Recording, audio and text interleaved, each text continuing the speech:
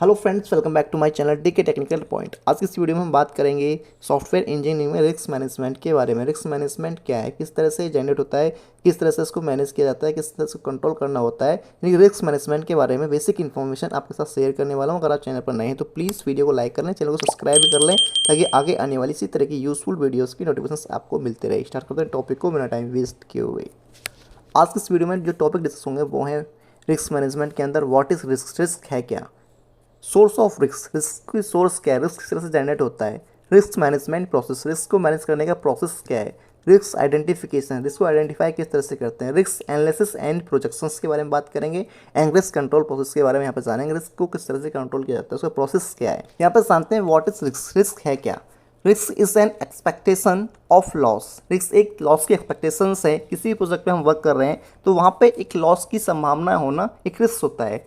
A potential problem that may occur in the future, एक ऐसी problem जो किसी प्रोजेक्ट में फ्यूचर में ऑक्यूर हो सकती है, जनरेट हो सकती है, तो उसको क्या कहते हैं, रिस्क कह सकते हैं। जिससे हमें कोई भी लॉस हो तो वो क्या है, रिस्क है। किसी प्रोजेक्ट पे वर्क करते समय इन फ्यूचर कोई भी ऐसी संभावना जनरेट हो, कोई भी ऐसा रिस्क, ऐसी प्रॉब्लम जनरेट हो जिससे सॉफ्टवेयर में लॉस हो, तो वो क्या है, सॉफ्टवेयर रिस्क है। It is generated due to lack of information, ये जनरेट होता है उस प्रोजेक्ट के अंदर हमें लैक ऑफ इन्फॉर्मेशन की वजह से, इन्फॉर्मेशन पूरी ना हो हमारे पास, नॉट कंट्रोल वेल, उस प्रोजेक्ट पे हमारा कंट्रोल अच्छी तरीके से ना हो, या लैक ऑफ टाइम, वहाँ पे हमने उस प्रोजेक्ट को पूरा टाइम नहीं दिया है जो उसको चाहिए एक्चुअल में परफॉर्म करने के लिए, उस प्रोजेक्ट को कंप्लीट करने के लिए। A possibility of suffering from loss in software development process is called a software risk. Software development process के अंदर जब आप किसी पॉसिबल लॉस से सफ़र कर रहे हो तो वहाँ पे उसको सॉफ्टवेयर रिस्क कहा जाता है। यानी किसी भी सॉफ्टवेयर के अंदर जब एक पॉसिबल रिस्क आने वाला हो, पॉसिबल लॉस होने वाला हो, तो उसको सॉफ्टवेयर रिस्क कहा जाता है। सेकेंड है सोर्स ऑफ रिस्क, यानी किसी प्रोजेक्ट के अंदर रिस्क की तरह से जनरेट होता है, उसके सोर्सेस क्या है, क्या उसके रीजन्स हैं। Customer requirement not understand well, project manager के द्वारा जो कस्टमर की रिक्वायरमेंट है उसको सही से समझा नहीं गया। एंड मिसअंडरस्टैंड रिक्वायरमेंट्स के बीच में मिसअंडरस्टैंडिंग हो गई है तो भी वहाँ पर रिस्क जनरेट हो सकता है।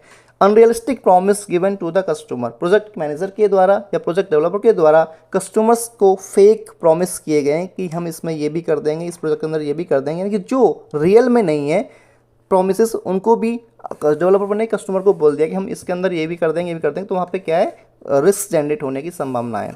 ये uncontrol and continuous change in customer requirement, जो प्रोजेक्ट है वो अनकंट्रोल्ड है एंड उनके अंदर रेगुलर हम चेंजेस करते जा रहे हैं उस प्रोजेक्ट के अंदर जो कस्टमर की रिक्वायरमेंट्स, तो वहाँ पे भी रिस्क जनरेट होने की पॉसिबिलिटीज़ रहती हैं। फाइनेंशियल रिस्क हो सकता है इसमें, जो हमारा बजट है उसका एस्टिमेट हमने सही तरीके से नहीं लगाया है, या फिर टेक्निकल रिस्क, जो लैंग्वेज है उसका भी, लैंग्वेज या प्रोजेक्ट साइड या फंक्शनलिटी, जो प्रोजेक्ट है प्रोजेक्ट की फंक्शनलिटी है उसके रीजन से भी रिस्क जनरेट हो सकता है। मैनेजमेंट नॉट वेल, जो प्रोजेक्ट है ओवरऑल प्रोजेक्ट को जो हमने सही से मैनेज नहीं करेंगे तो वहाँ पे भी प्रोजेक्ट के अंदर रिस्क जनरेट हो सकता है।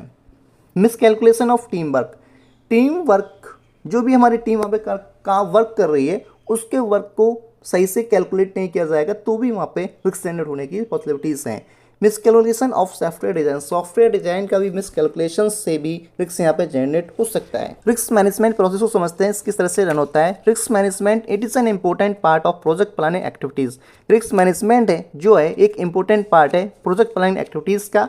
It involves identify and estimate the probability of risk, इसके अंदर रिस्क को आइडेंटिफाई करना, उसको जो एस्टिमेट प्रोबेबिलिटी क्या है, रिस्क किस तरह से जनरेट हो सकता है, उसकी संभावना क्या है, and their order of impact on the project, और उनका क्या इम्पैक्ट हो सकता है प्रोजेक्ट के ऊपर, ये चीज़ें यहाँ पे इन्वॉल्व की जाती हैं रिस्क मैनेजमेंट के अंदर।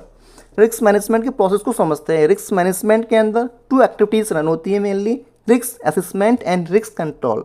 अब रिस्क असेसमेंट के अंदर क्या होता है, रिस्क आइडेंटिफिकेशन, रिस्क को आइडेंटिफाई किया जाएगा, एंड रिस्क एनालिसिस, रिस्क को एनालाइज किया जाएगा, एंड उसके बाद क्या है, रिस्क प्रियोरिटाइजेशन, रिस्क को प्रोटाइज किया जाएगा, एंड रिस्क कंट्रोल के अंदर क्या होता है, रिस्क मैनेजमेंट प्लान, रिस्क को मैनेज करने का प्लान किया जाएगा, एंड रिस्क को मॉनिटरिंग, रिस्क मॉनिटर किया जाएगा रिस्क को, एंड रिस्क रिसोल्यूशन, रिस्क को रिसॉल्व किया जाएगा, यानी कि रिस्क मैनेजमेंट के अंदर रिस्क असेसमेंट, उसके अंदर रिस्क को आइडेंटिफाई किया जाएगा, एनालिसिस किया जाएगा, और रिस्क कंट्रोल के अंदर इसको मैनेज किया जाएगा, उसको प्लानिंग की जाएगी और उसको रिसोल्यूशन किया जाएगा। इस तरह से रिस्क मैनेजमेंट का जो प्रोसेस है वो रन होता है। रिस्क आइडेंटिफिकेशन को समझते हैं। रिस्क आइडेंटिफिकेशन के अंदर क्या होता है, the project manager need to find out risk in the project earlier. Project manager को चाहिए कि जो भी हमारा प्रोजेक्ट वहाँ पर रन होना उसके अंदर क्या क्या रिस्क जनरेट हो सकता है उसको उसके अर्लियर स्टेज में ही पता चल जाना चाहिए, उसको फाइंड आउट कर लेना चाहिए।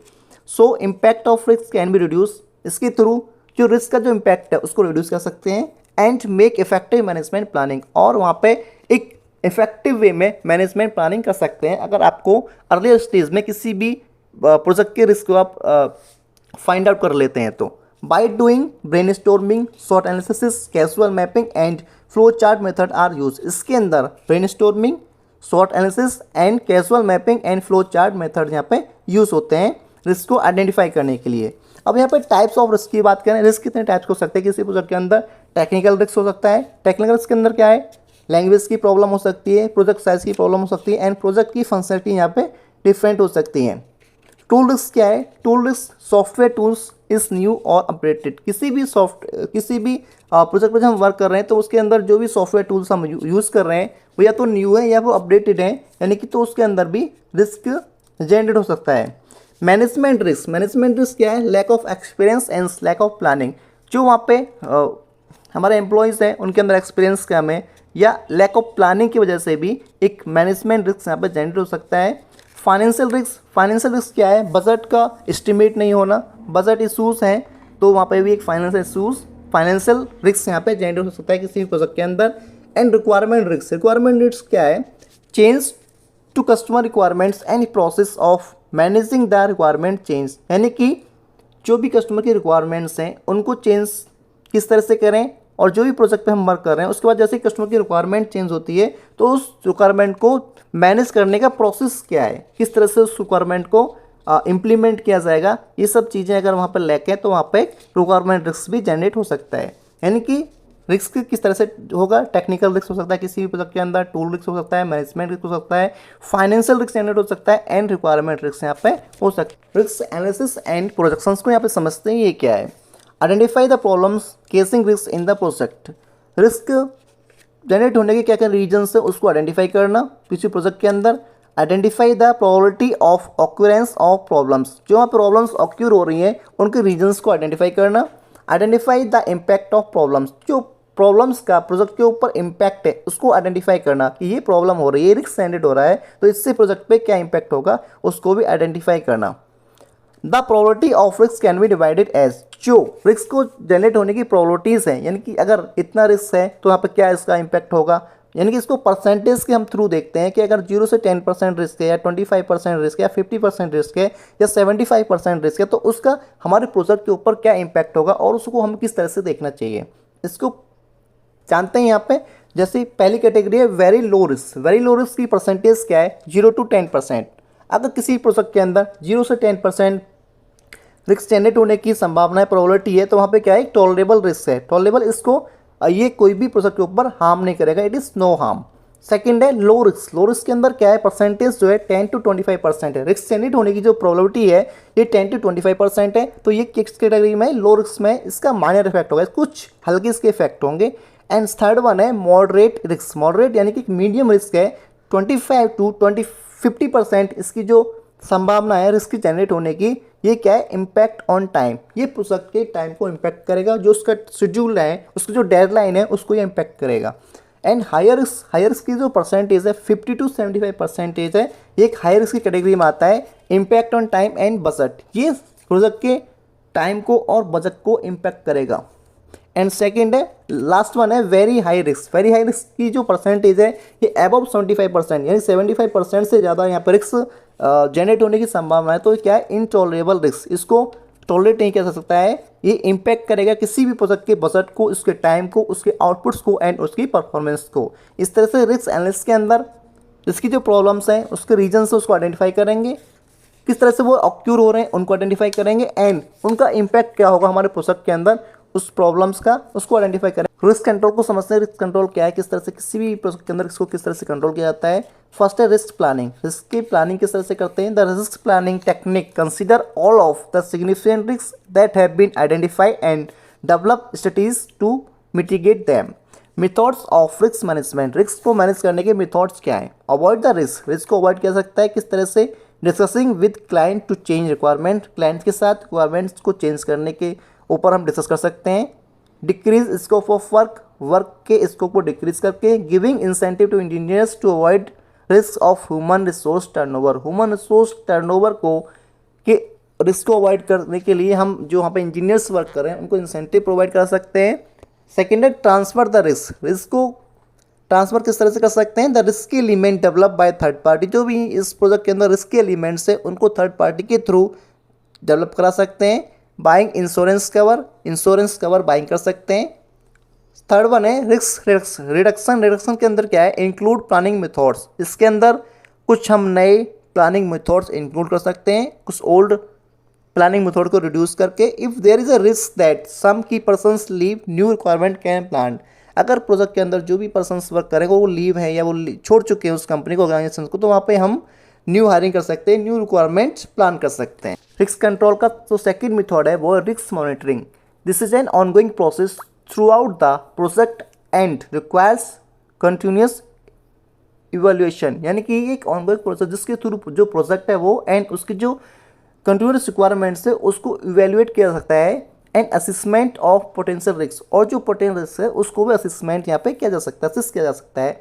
Any change in assumptions made about risk should be identify. किसी भी अजम्पशंस के अंदर कोई भी चेंज करते हैं तो ये रिस्क को आइडेंटिफाई करना एंड उसको appropriate actions are taking to manage the risk. और उस रिस्क को आइडेंटिफाई करने के बाद एक अप्रोप्रिएट वहाँ पे हम एक्शंस ले सकते हैं उस रिस्क को रिड्यूस करने का, उसको मैनेज करने का। रिस्क मॉनिटर के अंदर क्या है, जो भी ऑनगोइंग प्रोसेस है और जो उसके अंदर कंटिन्यूस रिक्वायरमेंट्स है उसको इवेल्युएट कर सकते हैं और रिस्क को आइडेंटिफाई करने के बाद उसके अगेंस्ट एक एप्रोप्रिएट सॉल्यूशंस वहाँ पे ले सकते हैं उस रिस्क को मैनेज करने का।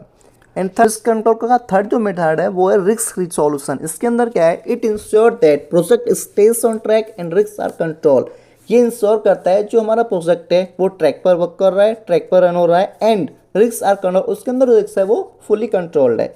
Its effectiveness depends on that accuracy of risk identification, analysis and planning of risk solving। उसकी जो effectiveness है वो डिपेंड करती है risk identification and risk analysis and planning of risk solving की एक्यूरेसी पे। यानी कि रिस्क के अंदर जो उसको आइडेंटिफाई किया गया, किस तरह से आइडेंटिफाई किया गया, उसकी एक्यूरेसी क्या है एंड उसको किस तरह से एनालाइज किया गया और उसके अंदर जो रिस्क को सॉल्व करने की प्लानिंग है उसकी एक्यूरेसी के अंदर इसकी इफेक्टिवनेस डिपेंड करती है। It has ability to respond promptly and effective.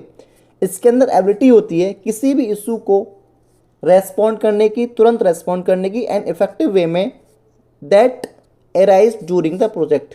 इस प्रोजेक्ट के अंदर जो प्रोजेक्ट के अंदर इशू रेज हुआ है, जो रिस्क रेज हुआ, इस तरह से हमने यहाँ पे जाना रिस्क मैनेजमेंट के अंदर व्हाट इज रिस्क, रिस्क क्या है, सोर्स ऑफ रिस्क, रिस्क को जनरेट होने की सोर्सेज क्या है, रिस्क मैनेजमेंट प्रोसेस क्या है, रिस्क के आइडेंटिफिकेशन किस तरह से करते हैं, रिस्क एनालिसिस एंड प्रोजेक्शन क्या है एंड रिस्क कंट्रोल प्रोसेस क्या है, रिस्क को किस तरह से कंट्रोल करते हैं। आई होप मेरे द्वारा दी गई इन्फॉर्मेशन